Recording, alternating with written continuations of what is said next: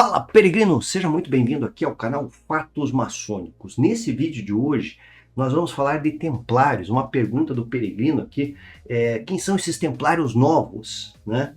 Os grupos que existem hoje, vamos bater um papo sobre essa questão.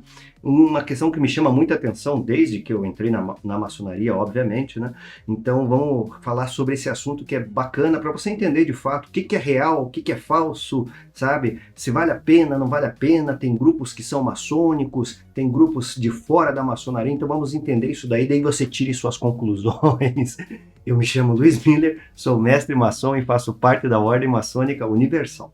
E tá chegando aqui agora pela primeira vez? Faça a sua inscrição aqui no canal, já deixa o like e ative as suas notificações.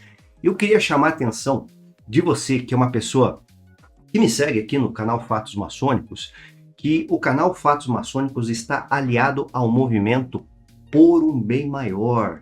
Então é um movimento muito bacana, que visa trazer algumas questões aí para a sociedade, encabeçado pelo nosso querido irmão Ruggeri Caravaggi. Então vou deixar aqui o QR Code, os links ali embaixo também, para você seguir lá no Instagram, um movimento muito bacana, que vai falar sobre autismo, sobre a questão dos idosos, dos pets, problemas que existem em uma série de segmentos, na verdade, né, que vão ser trazidos à tona. Então é muito bacana esse movimento, né, que engloba, na verdade não é um movimento maçônico, mas engloba uma série de instituições. Então participe, apoie esse projeto, né, conhecendo lá um pouquinho mais sobre as dificuldades que a sociedade tem e também ajudando a elevar, né? Vamos trazer publicidade a todas essas questões, né? Debater essas questões. Então você vai ver muito aí a respeito dessa questão aqui no canal Fatos Maçônicos. Nós temos que trabalhar por nós mesmos e pelos outros também. É um conceito, inclusive, iniciático, né? Primeiro a iniciação, ela eleva, né, a consciência da pessoa e posteriormente, né, ela traz esse valor, essa virtude, até falo do altruísmo. Bom, mas vamos lá, né? Então, Guido,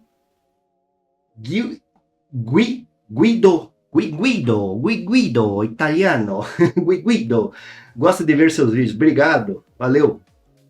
Foi num vídeo que eu fiz lá exclusivo, passo a passo para ser um cavaleiro templário. Hoje em dia o vídeo é um pouco antigo já, né? Me tira uma dúvida, grupos de hoje que estão espalhados pelo mundo, inclusive no Brasil, não são templários? Não, não são templários. Na verdade, não são templários. Né? O que acontece? São grupos que são inspirados, podemos pôr assim. Né? Então tem algumas questões aí que a gente vai analisar. Né? Eu fiz esse livro aqui, ó, tá vendo ali, ó? Dá uma olhada no meu site, né? Já apareceu aqui embaixo a propaganda, luismiller.com.br, muito material bacana, vários livros, né? E um dos livros que eu fiz, inclusive esses tempos aí fiz uma live lá no Instagram, que foi muito legal, o pessoal gostou bastante, né? Para trazer essa questão dos templários, do que se trata essa temática, né? O que é a história dos templários. Né, muito mal compreendidos, o que aconteceu de fato, né? Eles se esconderam, existem hoje, então, nossa, tem muita, eles guardam a Arca da Aliança, né? Eles como é que é? Eles têm a propriedade do cálice sagrado, sabe? Essas aqui são as dúvidas assim mais corriqueiras que a gente vê a respeito do assunto, né? Mas é um assunto muito interessante, bacana e que influenciou a maçonaria.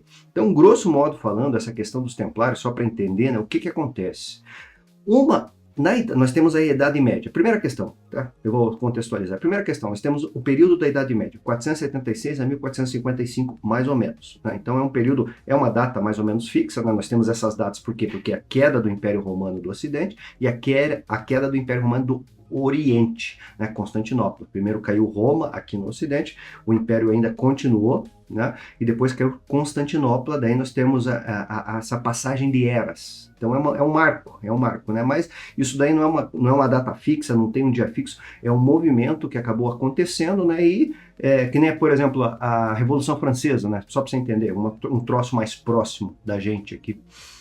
Então, começou o movimento, né, de uma série de ideias e não sei o que, e no final das contas, isso daí já começou já no um século antes, basicamente. Né? Só que culminou justamente lá com a queda da Bastilha, 1789. Né? Daí nós passamos da época para o Iluminismo, né? Então tem essa questão toda aí. Então, só para você entender, nesse contexto da história, as datas, muitas vezes as datas que são dadas, são colocadas de movimentos, de coisas que acontecem, elas não são uma data fixa. são coisas que vão acontecendo e acabam descambando, né? Então é uma massa crítica que acaba acontecendo e de repente aquilo lá se manifesta de uma forma ou de outra, seja de forma positiva ou negativamente. Então o movimento dos Templários, por exemplo, ele foi iniciado lá no 1107, basicamente, pelo Hugo de Payens, né? Era um nobre, né? Era um cavaleiro, né? Era um cavaleiro, certo? E daí tem toda uma questão. Tem que se entender uma coisa que é fundamental, que chama fontes honores, né? Fonte de honra, né? Isso se trata basicamente de uma chancela, né? E em determinados aspectos podemos até entender uma influência espiritual.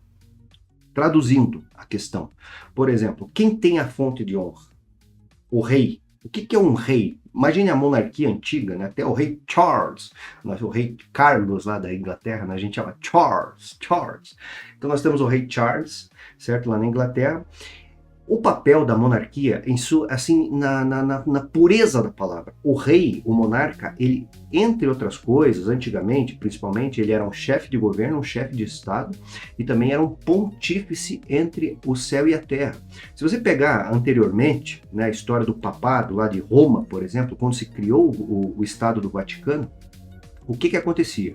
O Papa antes, hoje tem um presidente, mas o Papa antes era presidente, né, ou seja, exercia, né, o papel de líder governamental, né, fazia o papel de líder de governo, líder de Estado também, ou seja, ele representava, né, quando eu falo líder de Estado, é uma pessoa que representa determinada linha, né, nesse caso, determinado país perante os outros. Então é um chefe de Estado, um chefe de governo, certo?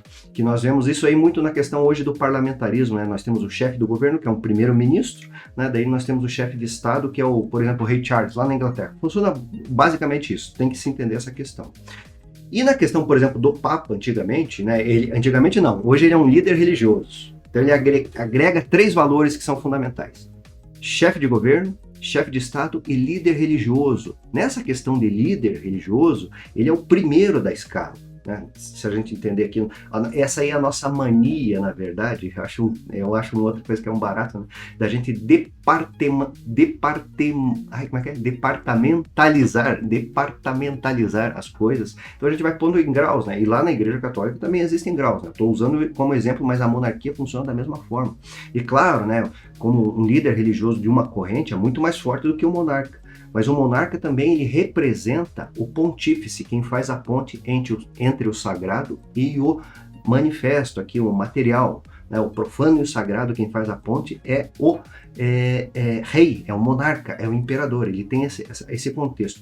Isso eu estou falando, assim, vamos dizer, no significado mais íntimo, né, mais puro do que é ser rei. Claro que a gente vê no decorrer da história, a monarquia é muito bem educada, né, obviamente, mas nós vimos aí uma série de atitudes arbitrárias, né, que aconteceram no decorrer da história, né, na França, na história da monarquia francesa, por exemplo, a gente vê assim uma degeneração, né, então arrebentou lá basicamente a França em séculos anteriores por conta disso. Mas beleza. Tranquilo. Então, entendido essa questão, isso é muito importante. Por quê?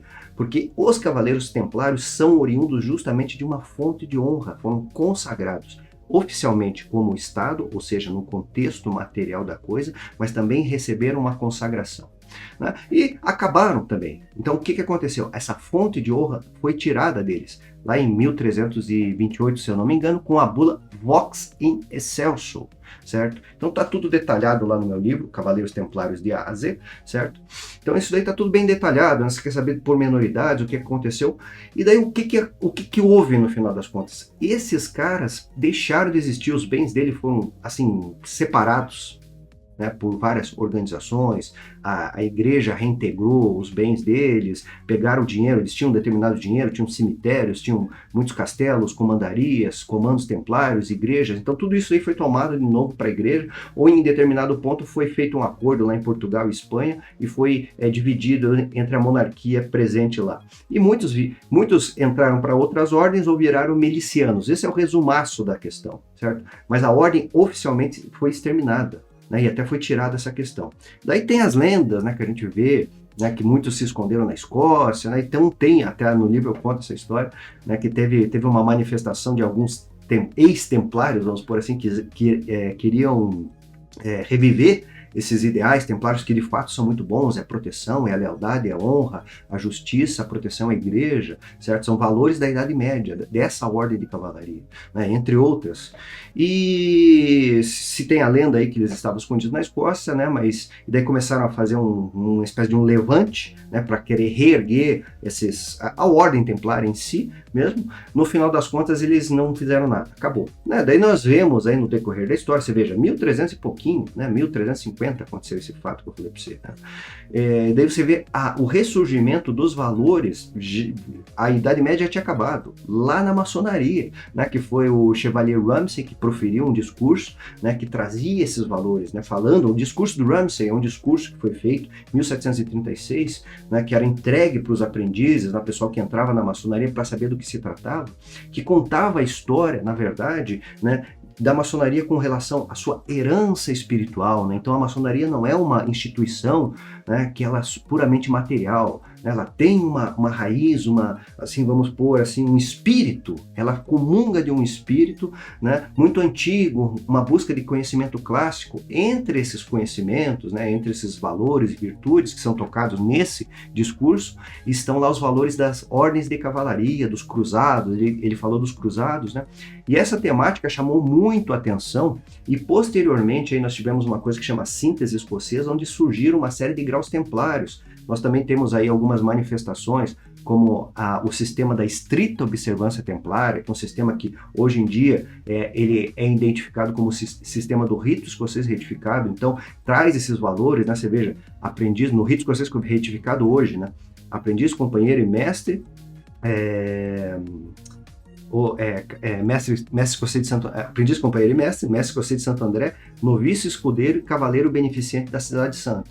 É um sistema que trabalhava muito com essa questão dos valores cristãos da Santíssima Trindade, né? Então tinha essa, vamos dizer, essa alta influência, né? Que a maçonaria, de forma geral, se você pegar os sistemas são neutros, mas eles são influenciados. E determinados graus têm determinadas influências muito fortes. Por exemplo, pega o grau 28 do rito escocês, né? Ou do rito adoniramita, Cavaleiro do Sol. É um grau que fala muito de alquimia, né? Tem graus que falam de hermetismo, tem partes, né? Como, por exemplo, a Loja de Perfeição, que fala muito da questão do hermetismo, sabe? Então, na verdade, aquela questão que a maçonaria foi altamente influenciada. Beleza, certo? Então,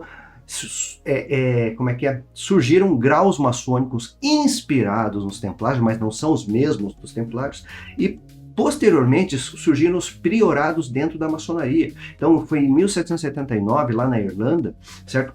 Surgiu o primeiro acampamento. Hoje, lá na Inglaterra, para você ter ideia, nós temos os priorados. Aqui no Brasil chama-se Grande Priorado do Brasil das Ordens Religiosas Maçônicas e Militares do Templo de Jerusalém, Rhodes e Malta. Então, o nome compridaço, né? Certo? Mas é uma instituição que eu fiz parte, inclusive, de 2014, eu fui Cavaleiro Templário, fui armado, né? A gente chama armado, né? O armado é aquilo lá, né? Que você recebe a espada aqui, né? Então fui armado Cavaleiro Templário em 2014, trabalhei muitos e muitos anos no Priorado, né? Um forte abraço aí o pessoal do Priorado aqui do Brasil. Agora eu tô mais no rito adoniramita, no rito moderno, na minha loja simbólica, né? Do rito adoniramita do Grande Oriente do Brasil, mas cara, participei com bastante,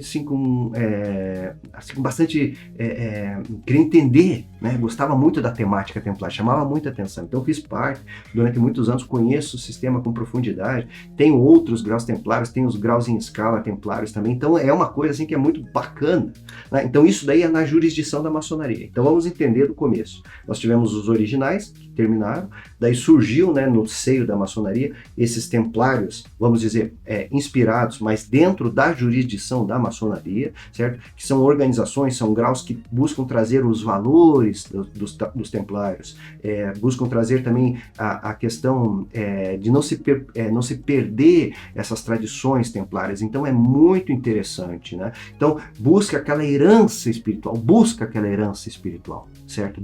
Busca aquela herança espiritual. Então são organizações dentro da maçonaria assim. E daí teve uma situação interessante, que foi daí em 1830, isso daí. Lá na França tinha o nosso irmão maçom, né, o Fabre de Palaprat, né, que fez Ele também é inspirado por esses graus maçônicos, pelo movimento dos priorados que haviam ocorrido lá na Escócia e na Irlanda também, né? E começaram a pegar força na Inglaterra. E isso daí foi crescendo, né, com o tempo. Né? Em 1830 ele foi praticamente quanto? Uns 50, 60 anos depois, né, o Fabre de Palaprato, que era um francês, uma pessoa muito benquista dentro da sociedade francesa, era um médico, etc e tal, ele pegou e meio que montou um esquema, né, que a gente pode entender assim como um movimento, né, de ressurgimento dos Cavaleiros Templários. Então ele fez uma passeata, ele pegou 200 pessoas, né, 200 pessoas vestidas de templários, com os cavalos, né, com toda aquela indumentária, e fez uma procissão à Catedral de São Paulo. Isso daí marcou a história, né, da questão desses vou chamar de neotemplários, né, desses neotemplários. Só que isso daí acabou não se perpetuando, não pegou, não teve tracionamento, né. Eles fizeram uma reunião, depois fizeram posteriormente mais uma, acho que uns 2 ou 3 anos depois, certo? Esses detalhes todos estão no livro ali, só para... certo? E posteriormente a isso acabou morrendo, mas o Palaprati tinha os filhos, certo? E daí esses filhos aí começaram assim, foram tocados por essa questão temática dos templários, né, pelos valores, né, pelo trabalho que poderia ser feito à sociedade com relação, usando essa temática, né, que nem eu falo, assim, a maçonaria ela é muito bacana e ela usa uma embalagem de construtores, né? Os templários usam os filhos do Palaprati, né, ou mesmo ele, né, quis trazer esses valores, reintegrar esses valores à sociedade, certo? Nessa embalagem templária. Então surgiram, né, começaram a surgir uma série, se eu não me engano, eu contabilizei ali naquele livro 25 linhas, assim, diretas, mas daí você tem as subdivisões, né, de uma série de linhas templárias que começaram a ocorrer na Europa, depois para os Estados Unidos, depois aqui, na América do Norte, na América Central, na América do Sul, aqui bastante. Então hoje existem, eu não consigo nem contar quantas existem, porque surgiram de lá para cá, ó, só para você ter, esse livro foi de 2019. Não sei quantas ordens, naquela época eu calculei assim, as principais linhas, né? Que são organizações que usam, na verdade, né, essa temática, essa embalagem do templário, e daí, cara, você quer entrar numa ordem templária, né, você tem 2 caminhos. Se você for um maçom, né, você seguir aos graus superiores e buscar, né, a questão dos graus dentro da jurisdição da maçonaria. Se você não tem interesse em ser maçom, mas a temática templária, na verdade, te chama muita atenção, né, hoje está na internet. Basta você, na verdade, fazer uma pesquisa, né, ver a instituição, e eu recomendo que, né, você entre em contato com os dirigentes, com as pessoas que são envolvidas, né, para ver os objetivos que essa ordem tem, da onde que surgiu, né, não tem problema que é uma ordem que é nova, que está inspirada, não tem, eu não vejo problema com relação a isso, né, se a essência for boa. Né? Mas se você busca, por exemplo, né, uma herança espiritual, uma áurea catena, né, como a gente tem na maçonaria, né, que é uma linha de transmissão, né, essa linha, infelizmente, eu te digo que não existe. Não existem templários mais, né, como aqueles que existiam anteriormente. Existem ordens inspiradas dentro da jurisdição da maçonaria e também fora. Né? As de fora geralmente aceitam mulheres. Dentro da maçonaria tradicional, por exemplo, né, só existem homens. Né? Então, as de fora armam mulheres, a gente chama arma, né? A iniciação nessas ordens chama armadura, então você é armado um cavaleiro templário. Então, existem para templários femininos também, então tem. Né? Hoje, algumas instituições, né, essas ordens, lá na sua raiz, ou a ordem original, né, falando, lá na sua raiz, tinha um vínculo muito forte com a Igreja de Roma.